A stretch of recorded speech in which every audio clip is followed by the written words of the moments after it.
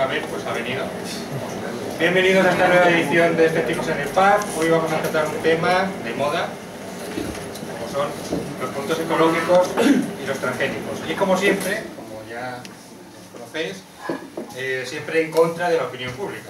Sí, la opinión pública es que todo lo natural es bueno, los puntos ecológicos son los mejores y los transgénicos son muy malos. Pues aquí vamos a ver que esto no es tan cierto. De hecho, los productos ecológicos, el último estudio que se ha hecho, resulta que son exactamente iguales que los no ecológicos. Pero todavía seguimos teniendo en la sociedad esta quimiofobia que nos hace pensar que lo ecológico es mejor. Y para hablar de estos temas tenemos a José Miguel Mulet. Él es profesor de biotecnología en la UPV, es autor de un excelente libro que es sobre puntos naturales, Vaya Timo, y todavía más del blog con el mismo nombre, en donde es todavía más cañero, por decirlo de alguna manera, por los productos ecológicos, donde da más datos y donde se ha ganado un montón de amigos. Sí. Además, ha sido, por desgracia, la única voz crítica contra estos productos que hemos podido ver en diversos programas de televisión, los famosos Salvados, porque lo que digo, la corriente general es que todo lo natural es bueno y casi nadie se atreve a decir que lo natural no es mejor, que lo no tan natural, o que lo transgénico no tiene por qué ser, y de hecho no es malo. Pero bueno, para eso les dejo a José Miguel Mulet, para que te pido un fuerte aplauso.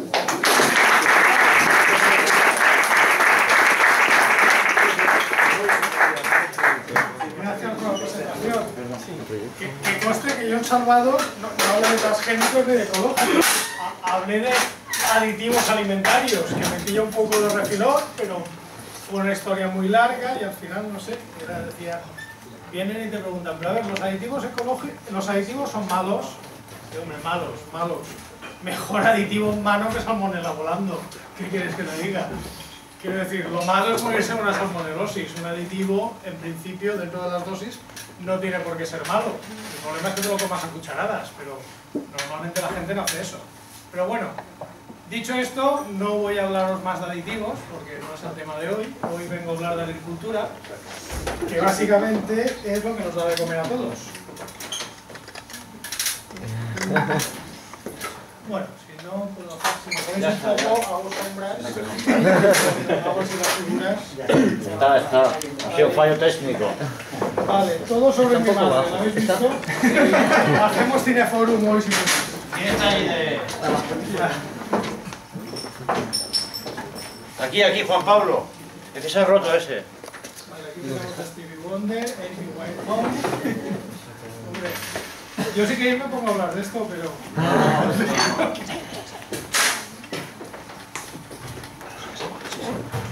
Pero tienes que mirar la pantalla, de allí. Si no, Yo he puesto a Bob Marley, gran consumidor de productos ecológicos.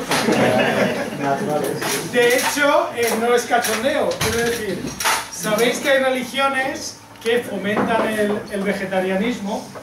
Dentro, los rastafaris son la única religión que explícitamente implica la alimentación con productos ecológicos.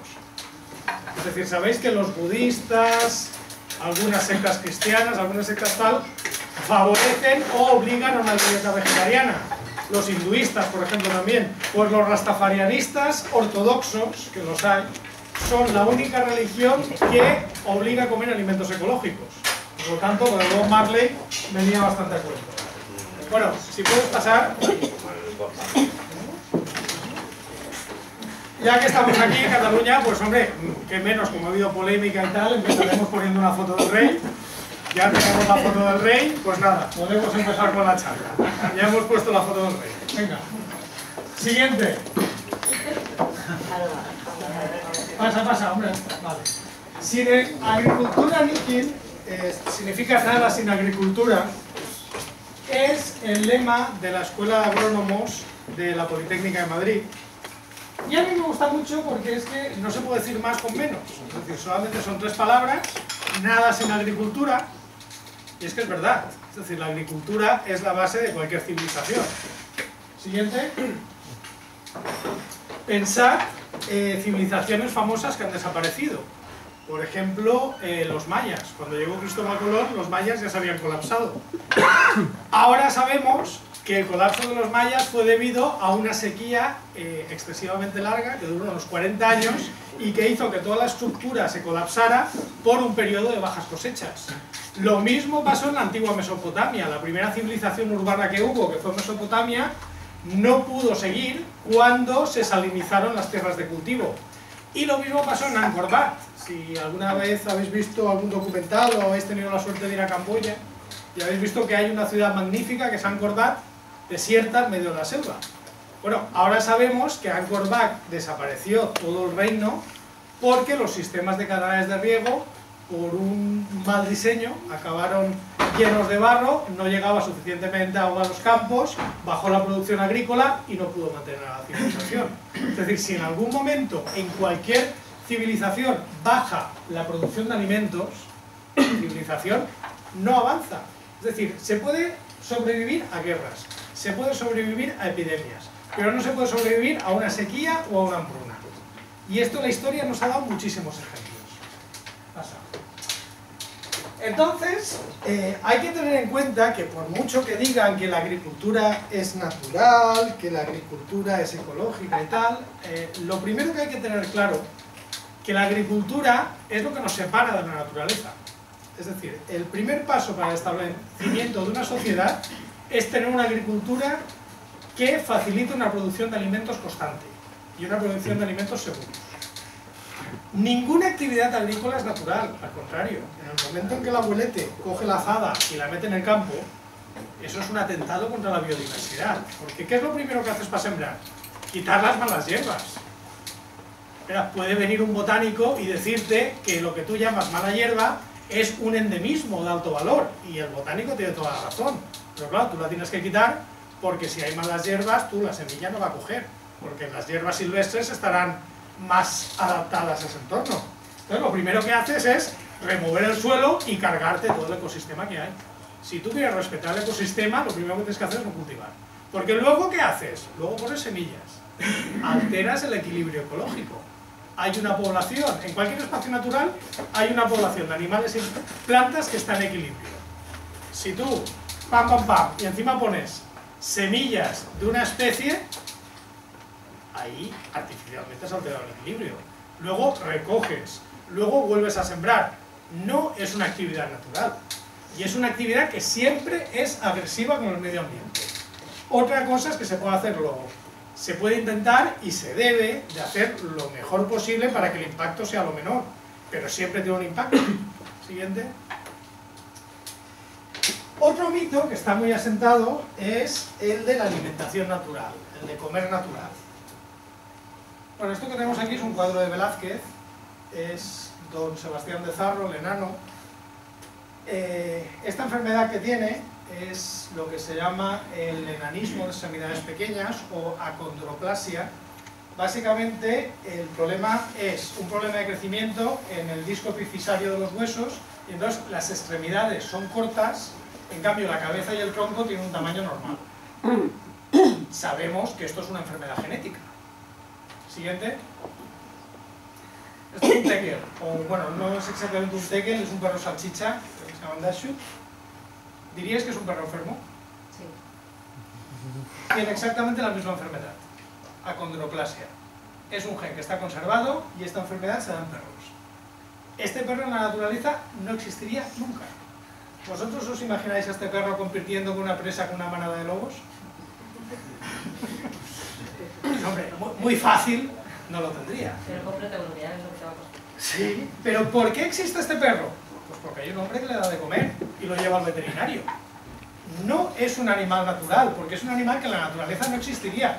Tiene una enfermedad genética que le inhabilita para competir con otros de su especie. Lo que pasa que si tú lo cuidas y además tú lo crías de forma selectiva para que mantenga esta enfermedad, lo que tienes es un animal doméstico, que nadie diría que es un animal enfermo cuando realmente lo es.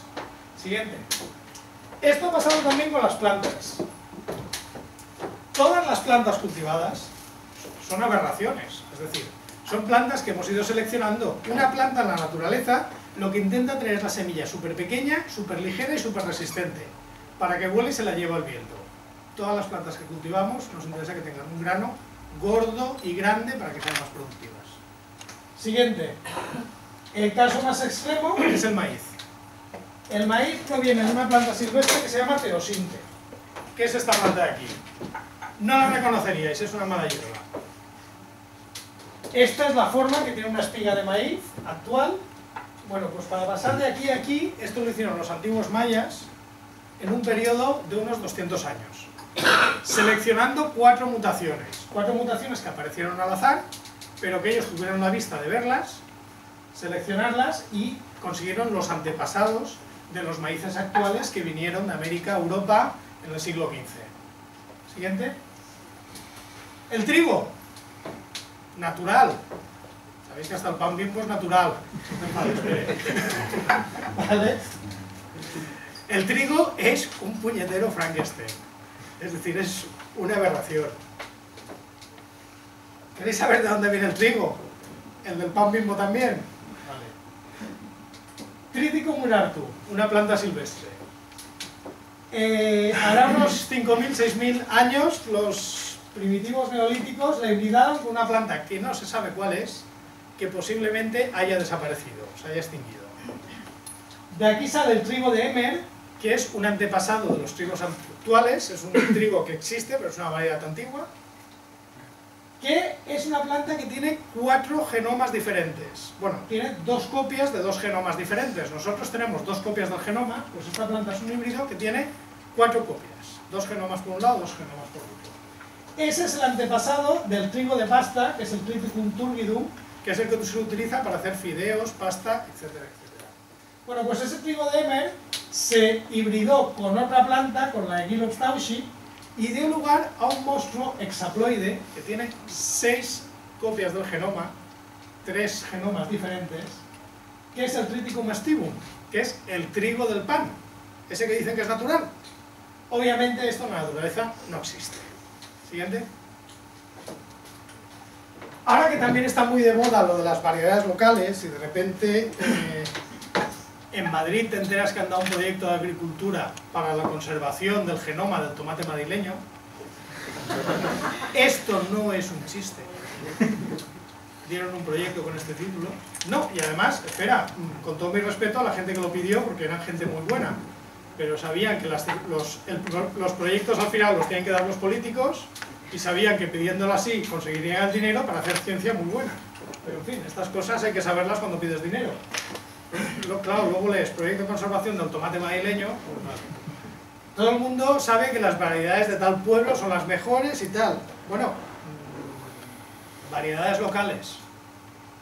Todas las especies que comemos, todas, vienen de estas 5 zonas que se llaman las zonas de radiación, todas situadas en los trópicos.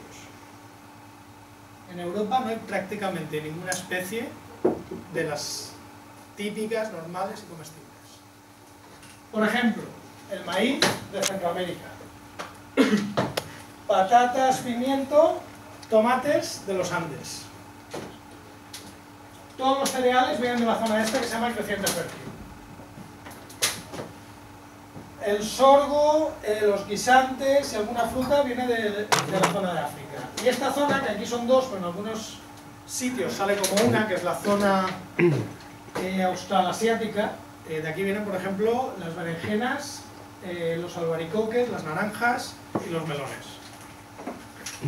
No hay especies locales.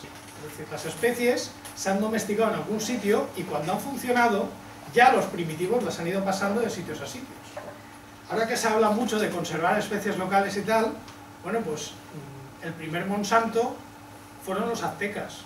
Cuando primero los mayas, por luego los aztecas consiguen el maíz fue pasando de tribu a tribu por toda Norteamérica.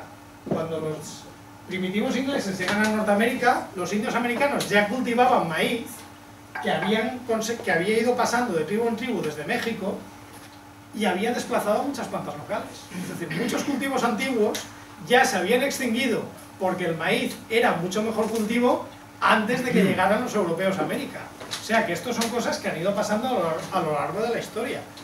La diferencia es que ahora tenemos bancos de germoplasma, tenemos bancos de semillas e intentamos conservar las variedades que caen en desuso. Pero que una variedad nueva desplaza una variedad antigua ha venido pasando a lo largo de 10.000 años. Siguiente.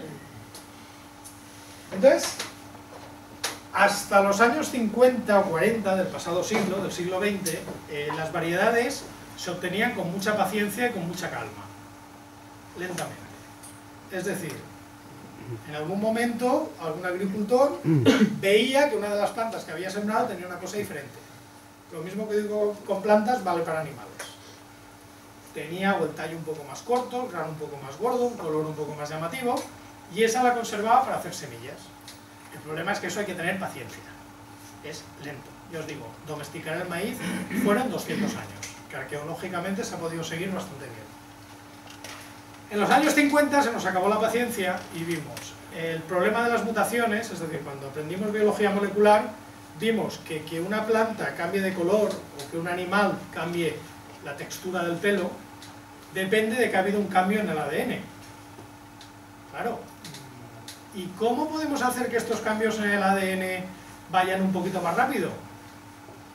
Hombre, existen unas drogas que se llaman mutágenos, existe algo que se llama radioactividad, que sabemos que daña el ADN. Pues ya está, coges un pool de semillas, les metes un chute de radioactividad, te vas al campo y claro, muchas habrán muerto, algunas les habrá afectado poco, pero algunas estarán mutadas. Y unas serán para un lado, otras serán para otro, y habrá algunas que sean más útiles, esas serán las que cojamos. Esto, no me pongáis cara rara, todas las especies de arroz que encontráis en el Mercadona, en el consumo, en el Compramo, se han hecho así. La mayoría de especies de legumbres, de cereales y muchas especies de animales. Es la técnica más usual desde hace 60 años. Y recientemente por transgénesis, que simplemente es, en vez de hacerlo a lo bruto, hacerlo en plan como si fuera quirúrgico. Es decir, si sabes el carácter que te interesa, pues lo coges y lo pones. Siguiente. Un ejemplo, esto me lo pasó una amiga que trabaja en un centro de investigación de arroz, en el IBIA, en Valencia. Esto es un campo experimentado. ¿El arroz bomba suena? Pues así se ha conseguido. Simplemente de un pool de semillas tratadas con radioactividad, se vio unas que la mata era más baja, por lo tanto, si la mata era más baja, aparte de que era más fácil de cosechar, acumulaba más azúcares en el grano.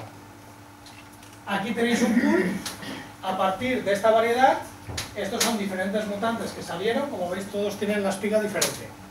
Simplemente consiste en seleccionar el que más te interese. Siguiente. Bueno, volviendo al tema de la agricultura en la actualidad, estamos en el siglo XXI y el problema es que la población humana sigue creciendo. Y claro, en principio comer es un derecho fundamental. Bueno, en principio y en final. Hay que dar de comer a todo el mundo. Aún hay 1.000 millones de personas que pasan hambre, lo cual es una vergüenza todos los días. Pero claro, el planeta es el que hay, los recursos son los que son. Lo que no podemos es cargarnos todos los recursos naturales, porque muchos de esos recursos, aparte que son un bien, toda la biodiversidad y tal, también son necesarios para pues, los bosques para absorber el CO2, etcétera, etcétera. Entonces, el principal reto que tiene la agricultura hoy en día, que es el que lo ha ido teniendo siempre, pero cada vez más, es intentar dar un suministro de alimentos seguros para toda la humanidad y ser lo más respetuosa con el medio ambiente posible. Si falla alguna de los dos, la solución no vale. Es decir, si tú tratas de hacer una agricultura que sea tan respetuosa con el medio ambiente, que no produzca, es decir, que no puedas dar de comer a la gente, no lo has hecho porque la gente que tiene hambre hace lo que sea. Si tú das de comer a la gente, pero te cargas todo el medio natural, al final tampoco te va a servir de nada. Siguiente. Entonces, tenemos un problema. El problema es dar de comer a la gente y a la vez respetar el medio. Y se pueden plantear dos posibles soluciones. Una solución puede ser la agricultura ecológica, que en principio sobre el papel es una gran idea. Y otra solución puede ser la agricultura que utiliza biotecnología o lo que comúnmente se llaman los transgénicos. Entonces, vamos a ver estos dos modelos, estas dos soluciones, que ya os digo, en principio no tendrían por qué ser incompatibles, se podrían coger lo mejor de cada uno. El problema es que hoy por hoy no se puede coger lo mejor de cada uno porque hay una legislación que lo impide, pero sobre el papel no tendría por qué ser imposible, hay buenas ideas en los dos sitios. Entonces vamos a ver cómo enfoca cada uno de estos dos modelos, ya os digo, aparentemente antagónicos, este problema. Entonces, la agricultura ecológica en principio es una gran idea. El nombre es un poco contradictorio, por lo que os he dicho. Hablar de agricultura ecológica es como hablar de un divorcio civilizado. Son antagónicos, no es mío, esto es de una película de Woody Allen. Son antagónicos por definición. Pero bueno, le llaman así, ellos están felices, pero ya os digo yo, cuando metes la azada te cargas el ecosistema, ecológica nunca es. Pero una idea tan buena, mi pueblo decían que el camino al infierno está lleno de buenas intenciones. Entonces, esta idea que es muy buena, el problema es que cuando vas a ver cómo la aplican, dices, ¿qué? Vale. Siguiente. Para empezar hay un concepto, el problema que hay es que mucha gente, incluso muchos consumidores de agricultura ecológica, realmente no saben qué es la agricultura ecológica y realmente no tienen claros los beneficios. Estoy seguro que si aquí hay mucha gente de vosotros que pensáis que la agricultura ecológica es más respetuosa con el medio ambiente, está más buena y es mejor para la salud, porque son cosas que habéis oído seguro un montón de veces. Vamos a ver realmente qué es la agricultura ecológica. Entonces, si buscáis información podéis llegar a esto, que te diga que los productos ecológicos no tienen la misma calidad que los demás alimentos y bebidas. Falso. Bueno, realmente en algunos sitios la calidad es mejor y en algunos peor, y eso es lo que dicen todas las comparativas. Normalmente, sobre todo en lo que es el tema de productos elaborados, la OCU hará unos 2 años hizo un estudio de comparar galletas ecológicas con galletas convencionales y en la mayoría de los parámetros las ecológicas salían peor, pero bueno. Los productos ecológicos no saben igual que el resto de los alimentos y bebidas. No concluyente. No concluyente quiere decir que cada estudio va de una manera. Normalmente cuando tú pones a una persona, le das 2 muestras, no dices cuál es cuál, de un alimento ecológico y su alimento homólogo convencional, ya os digo yo, no sabe distinguirlo. Y esto se ha visto en carne y se ha visto en verdura.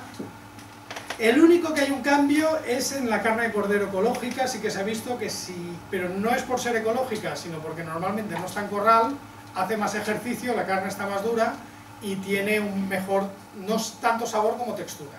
Es el único estudio que he encontrado. El resto de estudios hechos con pollos, estudios hechos con manzanas y tal, te dicen que es similar. Aquí te dicen no concluyente, ya veréis por qué. Los productos ecológicos son más caros que otros alimentos y bebidas, verdadero. Aquí no hay nada que discutir. Los sistemas de producción ecológica son menos eficientes que otros sistemas e implican un mayor uso de terreno. No concluyente. Aquí no estaría yo de acuerdo con esta información, porque sí que realmente la mayoría de los estudios dicen, realmente hay un estudio muy gordo que se publicó en Nature el año pasado, en el 2012, y sí que dice que la producción básicamente cae en cereales, porque como no utilizan abono nitrogenado y los cereales necesitan mucho nitrógeno, entonces la producción cae entre el 25 y el 50. Hay otras donde no cae tanto. Por ejemplo, la que menos cae, las fresas ecológicas. Entonces, claro, es no concluyente porque hay unas que apenas cae y hay otras que caen mucho. Claro, hay un pequeño detalle. ¿La gente de qué se alimenta? ¿De fresas o de pan? El problema es que donde más cae son los alimentos básicos, pero en fin, un pequeño detalle. Y gran número de logotipos de producción ecológica, que de esto hablaremos de los logotipos, que esto es cachondísimo. Bueno, esto, ¿sabéis dónde lo he sacado? Podéis pensar que lo he puesto yo. A ver, ¿aquí dice en algún momento que los alimentos ecológicos sean más sanos? ¿O que sean más nutritivos? ¿Te dice que sean mejores o más respetuosos con el medio ambiente? Siguiente. Esta es la página oficial de Agricultura Ecológica de la Unión Europea. La agricultura ecológica se regula por una normativa europea común a todos los países de la comunidad y esto es lo que te dice sobre preguntas y verdadero o falso sobre la agricultura ecológica, la página oficial, la página que lo está regulando. Nada de salud, nada de nutrientes. Y esquivando el tiro en el resto de preguntas. Básicamente lo único que podéis estar seguros es que es más caro. Oye, no lo digo yo, lo han dicho aquí. Logotipos. Esta fue cachondísima. El problema es que durante mucho tiempo sí que había una legislación, la primera legislación es del año 91, que luego se sustituyó por la del 2007, que es la que está ahora en vigor, más un anexo del 2008, más alguna modificación, pero vamos, la legislación ecológica actual vigente es la del 2007, y la primera fue del año 91. Claro, el problema es que había, tú tienes un reglamento, pero luego tiene que haber un organismo, ese reglamento cada país lo aplica, en el caso de España además no es cada país, es cada comunidad autónoma, entonces tú tenías que certificar que esa producción era ecológica y tenías que ponerle un sello. El problema es que cada uno tenía un sello. Y había quien tenía un sello bueno, había quien pasaba del reglamento y le ponía no sé cuántos natural, y quedaba la mar, por ejemplo, espiga biológica, tal, quedaba la mar de bonito, hasta que dijeron, no, esto es un cachondeo y tal, y la Unión Europea dijo que iba a hacer un logotipo unificado para toda la Unión Europea. Por supuesto, como todo lo de la Unión Europea, estuvieron 2 años pensándoselo. Estuvieron 2 años haciendo reuniones, haciendo tal y cual, y después de 2 años los listos señores de la Unión Europea hicieron este logo. Lo anuncian y a la hora ya les enviaría alguien un email diciendo, no es por nada, pero la cadena Aldi tiene una línea de producción ecológica cuyo logotipo es este. En 2 años no se habían dado cuenta. Nada, estuvieron 2 años más para sacar otro logotipo y costó 4 años encontrar el segundo logotipo que hicieron, fue ya por votación. Hicieron 3 y la gente se metía y votaba. Luego también fue gracioso porque también estuvieron 2 años pleiteando por el tema del nombre. El problema es que aquí en España llamamos agricultura ecológica. En Inglaterra le llaman organic farming. En Francia y en Alemania le llaman bio. Bueno, en Alemania le llaman o bio o eco, con la laut esta. Claro, esto generaba bastante confusión en el consumidor, porque, por ejemplo, la gente pensaba, el término natural es libre. Si tú etiquetas algo como natural, no significa que se adapte al reglamento ni que sea ecológico, no quiere decir nada. Tú puedes decir que lo que quieras es natural, y no hay ninguna ley que te lo impida. Entonces, en España, originalmente, como el término utilizado era el ecológico, solamente se reservó el término ecológico, y el término bio estaba libre. Entonces teníamos yogur bio de Danone, teníamos el Biomanán. Claro, esto a los productores ecológicos nos hacía gracia porque parecía que les estaba quitando tal, no se ajustaba al reglamento, pleito de 2 años que al final ganaron. Por lo tanto, el yogur bio de Danone ahora se llama Activia. El Biomanán ahora se llama Bimanán. Por suerte los biólogos no se llaman biólogos. Porque a mí, como biotecnólogo, que me hayan reservado el término bio me ofende mucho.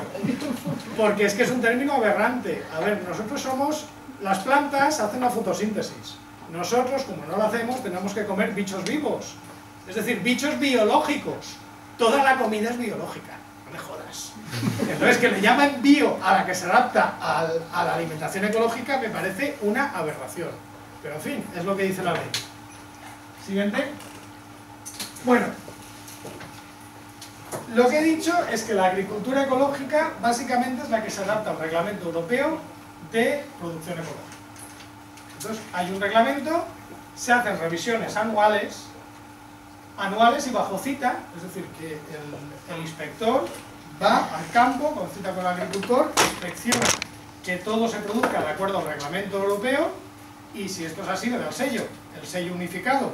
Que esta es una cosa, porque luego están las agencias acreditadoras y tal, y lo que han hecho los productores, cuando se hizo el logo unificado, para no crear confusión, lo que han hecho es mantener el logo unificado y seguir manteniendo el logo de la agencia acreditadora, el logo de la comunidad autónoma. Entonces te compras un producto ecológico y parece un general de la Unión Soviética. Tiene más medallas y veréis que en cualquier producto ecológico vais a encontrar 20 logotipos, no sé, igual.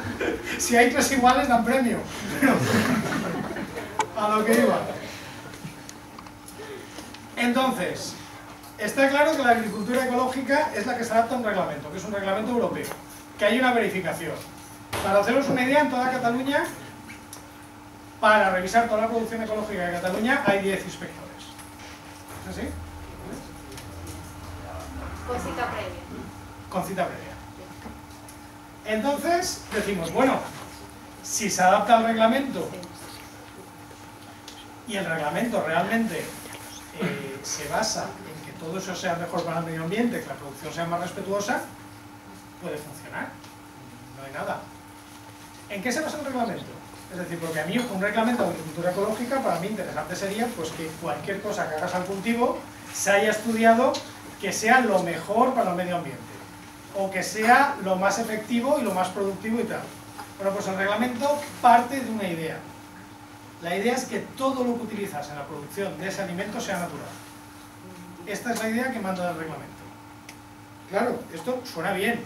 Esta es la típica de cosas que se le ocurre en un político y se queda a gusto, oh, ya me he ganado el sueldo, las dietas y los sobres. Pero claro, tú lo piensas, yo soy profesor de biotecnología pero estudié química. Y dices, natural, o sea que si es natural, es bueno. Natural. Natural como el veneno de serpiente, que también es muy natural. Además, las propiedades de cualquier compuesto no dependen de su origen, de que sea natural o artificial, dependen de su composición. Es decir, si tú tienes un compuesto que sea, da igual que lo hayas hecho artificialmente o que lo hayas extraído de una planta o de un animal. Si los átomos son los mismos y la forma en que se enlazan, es decir, la molécula es la misma, las propiedades van a ser igual y van a ser indistinguibles. Esa es la teoría química, vamos, la teoría atómica, que está vigente desde hace una tira de años. Y lo sabemos desde el siglo XIX. Pues no, parece que lleva 2 siglos de retraso y sigue manteniendo el principio de que sea natural. Entonces, si tú te lees el reglamento, destila bastante tecnofobia y además es muy peculiar, porque claro, intentar hacer algo con todo natural, pues hombre, lo natural a veces escasea. Y entonces te encuentras reglamentos como el capítulo 2, artículo 12 del reglamento: la fertilidad y la actividad biológica del suelo deberán ser mantenidas o incrementadas mediante rotación plurianual de cultivos que comprenda las leguminosas y otros cultivos de abonos verdes y la aplicación de estiércol animal o materia orgánica. Ambos, de preferencia compostada, de producción ecológica. De preferencia. Claro, un reglamento que te dice de preferencia es que va al inspector. Usted lo ha puesto el abono tal de producción ecológica, no he podido. Pero el artículo me dice que es de preferencia, pero no, y bueno, y las preferentes ya sabemos, el lío que han montado. Y digo, vale, no pasa nada. El reglamento en el mundillo se le llama el reglamento de las excepciones. Luego también te pone alguna joya como está permitido el uso de preparados biodinámicos. Bueno, eso lo pone un reglamento oficial de la Unión Europea. La agricultura biodinámica es una parida que se le ocurrió a un señor que se llamaba Rudolf Steiner. Lo digo que es una parida porque es que es eso, es una cosa que se le ocurrió a un señor. Hay quien monta una secta religiosa, este montó una secta agrícola, y entonces son unas prácticas agrícolas que se basan en el ciclo de la luna, en los signos del zodiaco, en enterrar calaveras o cuernos de la fertilidad. No estoy exagerando, es esto. Y que además es un chollo porque es monopolio de la secta que montó este señor y son las únicas que pueden dar la acreditación de agricultura biodinámica y te cuesta una pasta. Y que un reglamento europeo explícitamente autorice esto, pues a mí es una cosa que me molesta mucho. Siguiente. Lo más gracioso es que si los 4 primeros artículos te están diciendo lo que puedes y lo que no puedes hacer, luego llegas al quinto que pone flexibilidad. Flexibilidad es todo lo que te permiten hacer si la cosa va mal. Por ejemplo, si un año no ha habido bastante pasto de origen ecológico para la producción de animales ecológica, te permite que utilices que no sea ecológico. Si no encuentras semillas de producción ecológica, te permiten que utilices que no sea ecológica. Con lo cual al final dices, pero bueno, ¿esto qué cachondeo es? Siguiente. Luego, en general, se aprecia un bastante pseudocientifismo. Por eso que os he dicho de origen natural. Si vas al detalle de lo que se autoriza y de lo que no, aparte del reglamento hay unos anexos y en los anexos, que se revisan cada cierto tiempo, te da la lista de productos autorizados para cultivo ecológico, que además es cachondísimo, porque lees la lista de productos y la mitad son de Bayer, de Syngenta y de las mismas compañías que están criticando los de productos, los consumidores de productos ecológicos son las que además están vendiendo los productos, en fin. Pues por ejemplo, se utilizan las sales de cobre como fungicida. Las sales de cobre son un fungicida terriblemente tóxico. ¿Por qué? Porque no se degradan, se acumulan, y de hecho se utiliza sobre todo en viñas, en el famoso caldo bordelés. ¿Y qué pasa? Pues que las viñas tratadas con cultivo ecológico suelen tener en el suelo menos biodiversidad que las otras. ¿Por qué? Porque según eso va lloviendo, si llueve después de esto, va filtrando al suelo y las pobres lombrices se las hace polvo. Bueno, sabéis que ha habido una polémica estos días por los insecticidas neonicotinoides, que los han prohibido porque mataban a las abejas y tal. Que por cierto, veremos cómo van las cosechas, porque para algunos tipos de cultivo no hay ninguna alternativa, eran el único insecticida efectivo. Curiosamente, solamente hay un insecticida autorizado en la agricultura ecológica, que es el Spinosad, porque es un compuesto de origen natural. El Spinosad es terriblemente tóxico para las abejas. Es decir, si tiene el problema, aparte de ser muy caro, es que tiene una especificidad de pena. Es decir, en muchos cultivos no se puede utilizar porque en vez de matar la plaga, mata al insecto polinizador.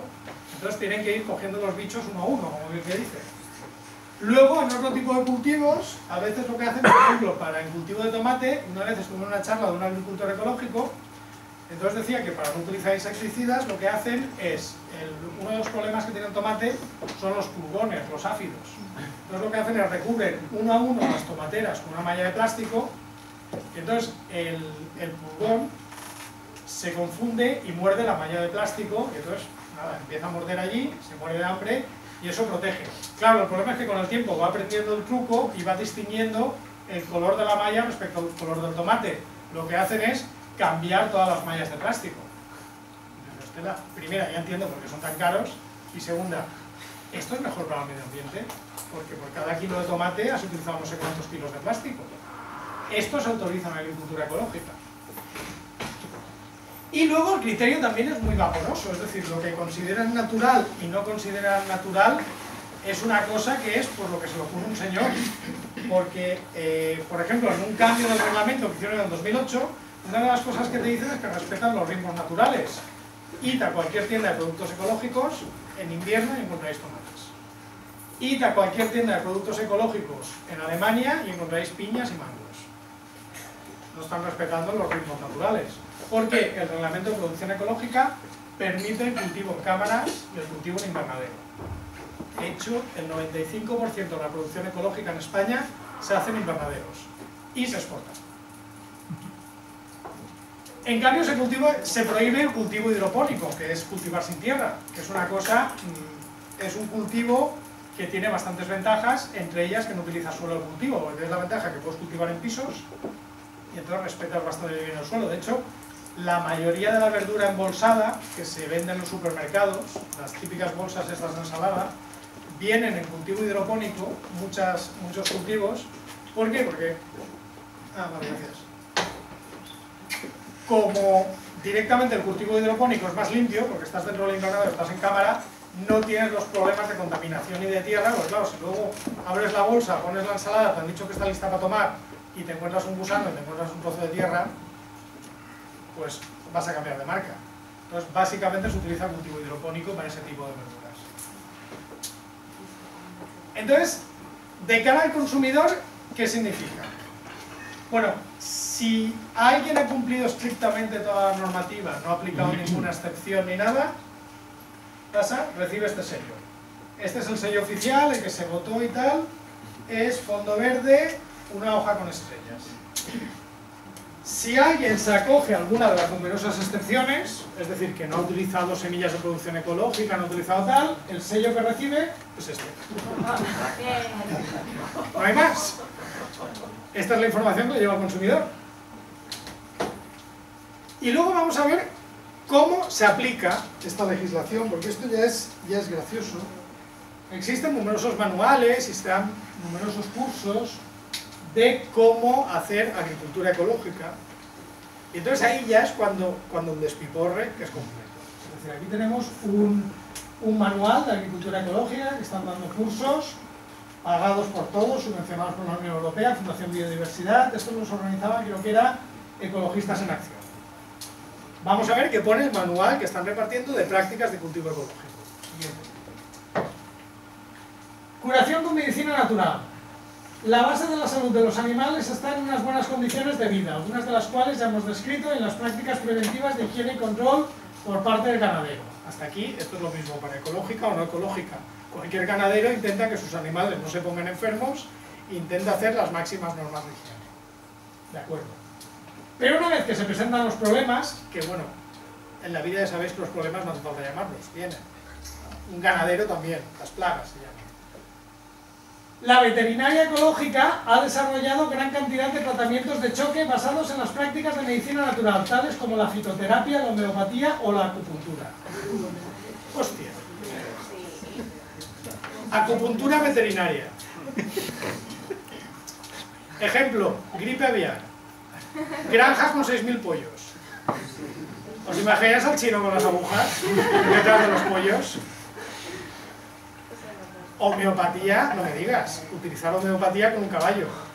Claro, si la homeopatía, cuanto menos dosis, más efecto, básicamente una dosis de caballo en homeopatía que es enseñarle el bote. ¿No os creéis que esto es serio? Esto no es porque podéis decirme, no, tú es que aquí estás sesgando la opinión, te has cogido un manual que puede haber un tío. No. Quiero decir, esto es común entre mucha gente que está haciendo cursos y haciendo formación en agroecología. Sociedad Española de Agricultura Ecológica, que es la sociedad oficial que engloba todos los formadores, todos los certificadores, todos los agricultores. Te vas al catálogo de libros que venden, homeopatía ovina y caprina. Y esto se vende en la página oficial. Es decir, no os he sacado una cosa fuera de contexto, es común. Os puedo poner un ejemplo. Hace 2 meses la Universidad de Lugo hizo un curso de homeopatía veterinaria. Así, bien chulos en una universidad. Y yo el principal problema que le veo, es decir, sí que es verdad que algunas de las prácticas que defienden pueden ser útiles. Es decir, tampoco me lo quiero cargar todo porque hay algunas cosas que tienen su lógica siempre y cuando se puedan aplicar, que no todas se pueden aplicar. Por ejemplo, hay técnicas que si tú tienes un campo, tú puedes plantar alrededor otro tipo de cultivo que atraiga más a las plagas que tu campo como forma, digamos, de distraer. Esto, por ejemplo, lo hacen mucho en Australia, en España no se hace apenas.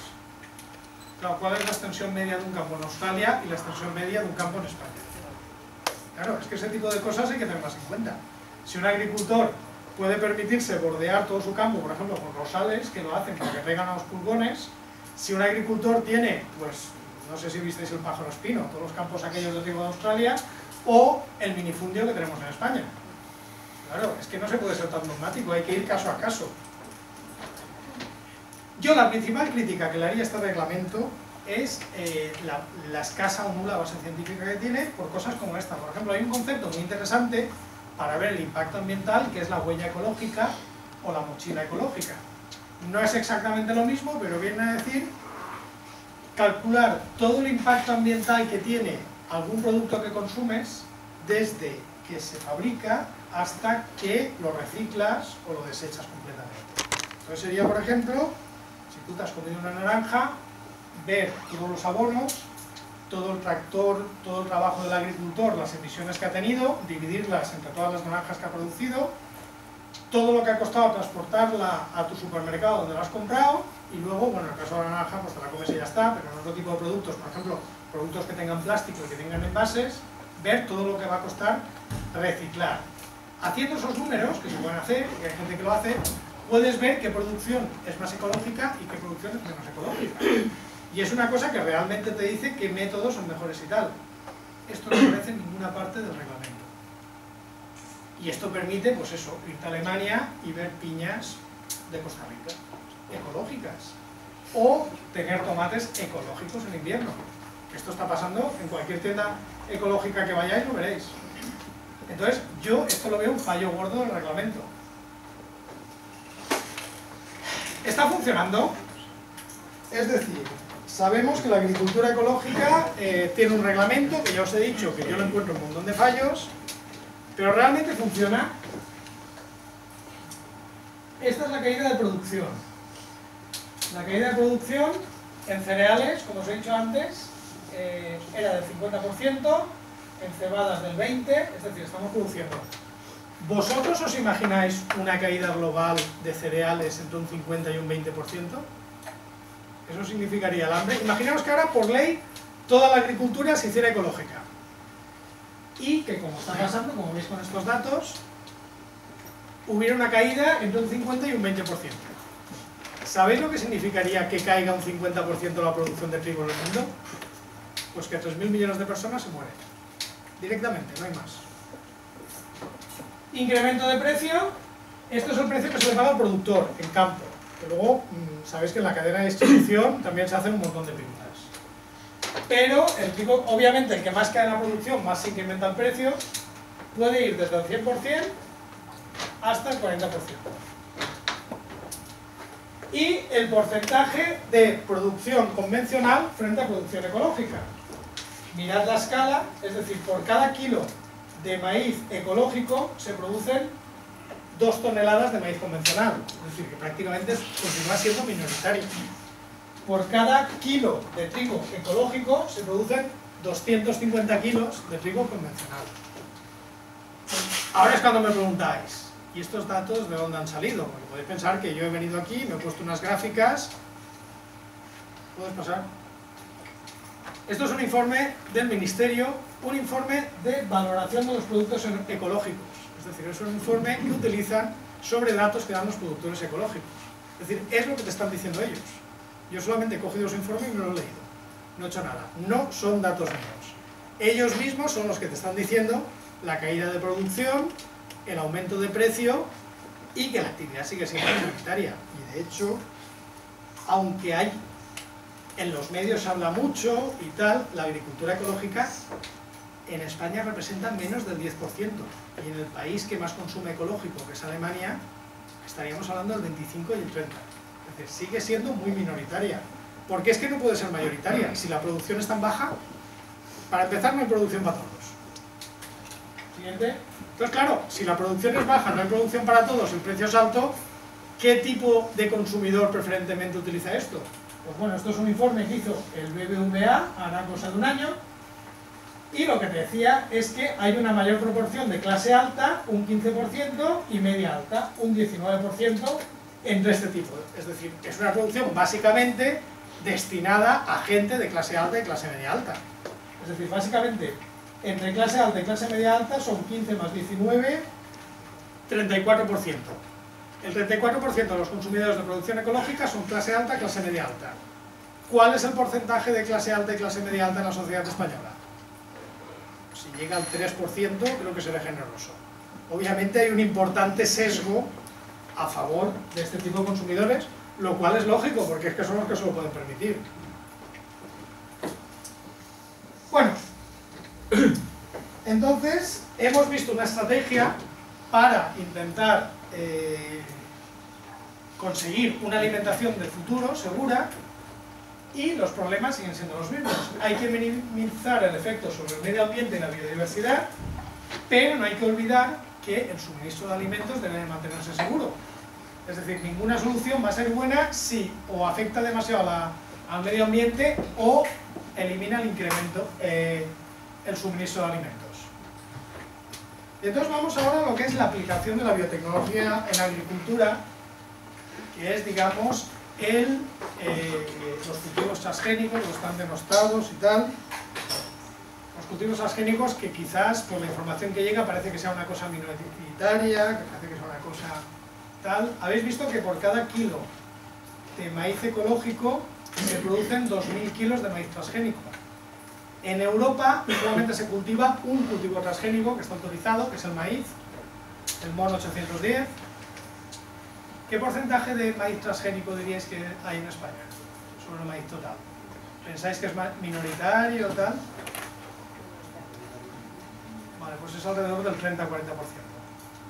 De hecho, casi todo el maíz que exporta España es el maíz transgénico, que es el que está dando de comer a casi toda la ganadería europea, incluida la ganadería de países que no siguen los transgénicos. Es una producción que además va subiendo cada año. Y no es minoritaria, ya está menos que la convencional, pero cada vez se va reduciendo. Lo cual es un mérito porque es una variedad muy antigua, es una variedad que tiene 15 años, hay variedades no transgénicas más modernas, pero continúa siendo más eficiente por el detalle esto de que no existe. Bueno, antes que nada un poco de introducción. Los transgénicos tampoco es que hayamos descubierto la sopa de ajo, esto la naturaleza ya lo venía haciendo desde hace mucho. Si alguna vez habéis visto un árbol, si os fijáis, muchos árboles sobre la base de una cosa, una especie de bultos, una especie de tumores, cualquier árbol de la calle seguramente los tendrá. Eso es una infección por una bacteria que se llama Probacterium tumefaciens. Y esta bacteria, que es una descarada, lo que hace, su sistema de vida es muy cachondo.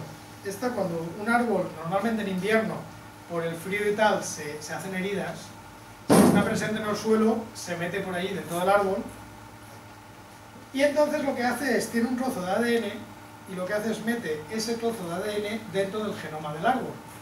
Y en ese trozo de ADN tiene unos genes que lo que hacen es que sintetice hormonas. Esas hormonas lo que hacen es que el árbol empieza a crecer, pues son hormonas de crecimiento, empieza a crecer, forma el bulto este típico que se ve, que ahí la bacteria vive de maravilla y entonces se hace el chaletito en la base del árbol. Esta es la estrategia que utilizamos para hacer transgénicos, que lo único que hacemos es, como la naturaleza ha inventado esto, nosotros le quitamos todos los genes que utiliza para infectar y metemos el gen que nos interesa. Siguiente. Insisto en que tampoco hemos inventado nada. Esto es un gusano de mar, esto es una Elysia clorótica, es propio del Mediterráneo, es decir, en la costa hay que fijarse porque es bastante pequeño, pero si alguno es buceador quizás alguna vez lo haya visto, se llaman planarias, le llaman en muchos sitios. Entonces, este gusano hacía una cosa que a los zoólogos les volvía locos, porque no lo entendían. Este gusano tomaba el sol, es decir, al atardecer salía a la superficie, se abría y tomaba el sol. Una cosa muy rara porque, claro, normalmente todos los bichos suelen huir de los depredadores. Que un bicho se exponga así tan fácilmente. Bueno, pues analizándolo descubrieron que este bicho come básicamente algas, come básicamente Posidonia oceanica, no las acaba de digerir, las incorpora en su sistema, no sé exactamente un sistema digestivo, es esto que hace a la vez de digestivo, circulatorio, de zoología no sé mucho. Y dentro de los trozos de algas que no están digeridos del todo, lo que tiene son los cloroplastos del alga. Esos cloroplastos siguen siendo funcionales. Entonces lo que hace el bicho es que toma el sol, los cloroplastos siguen funcionando, siguen haciendo azúcar, y entonces se alimenta gracias a los cloroplastos que ha sacado del alga. Es como si hiciera la fotosíntesis. Realmente este animal sí que hace la fotosíntesis. Pero claro, luego viene el siguiente problema. O sea, que está utilizando... Es como si hiciéramos un trasplante de cloroplastos, de una planta a un animal.